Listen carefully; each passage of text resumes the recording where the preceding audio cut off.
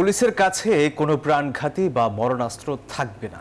খুব শিগগিরই পুলিশের কাছে থাকা সব মরণাস্ত্র জমা নেওয়া হবে বলে জানিয়েছেন স্বরাষ্ট্র উপদেষ্টা লেফটেন্যান্ট জেনারেল অবসরপ্রাপ্ত জাহাঙ্গীর আলম চৌধুরী। তবে আর্ম পুলিশ ব্যাটালিয়ন এপিবিএন এর কাছে থাকবে মারণাস্ত্র।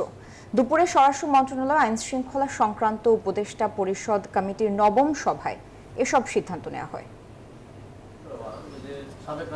সোমবার সচিবালয়ে মন্ত্রণালয় সভাকক্ষে আইন শৃঙ্খলা সংক্রান্ত উপদেষ্টা পরিষদ কমিটির নবম সভা।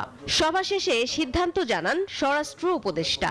বলেন, পুলিশের হাতে কোনো মরণাস্ত্র থাকবে না, অস্ত্র থাকবে আর্ম পুলিশ ব্যাটালিয়ন সদস্যদের হাতে।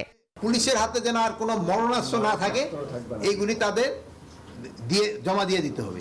কোনো মরণাস্ত্র বান্ডেল থাকলে প্রতি সেনমানিতে টাকা বাঁচবে। বিকাশ সেনমানি বান্ডেল কিনে জিতুন প্রতি লেনদেনে। পুলিশের হাতে থাকবে না, বাট এপি ব্যাটালিয়নের হাতে থাকবে। এপি ব্যাটালিয়নের কাজ কিন্তু অন্য পুলিশের থেকে একটু ডিফারেন্ট, তাদের হাতে থাকবে।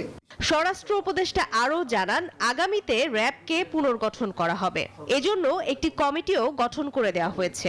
ঈদুল আজহায় চাঁদাবাজি বন্ধে প্রতি হাটে 100 আনসার সদস্য থাকবে বলে জানান তিনি। হাইওয়ে পুলিশকে ইনস্ট্রাকশন দেওয়া হয়েছে এবং রাস্তায় যেন কোনো রকমের কোনো ধরনের চাঁদাবাজি না হয়।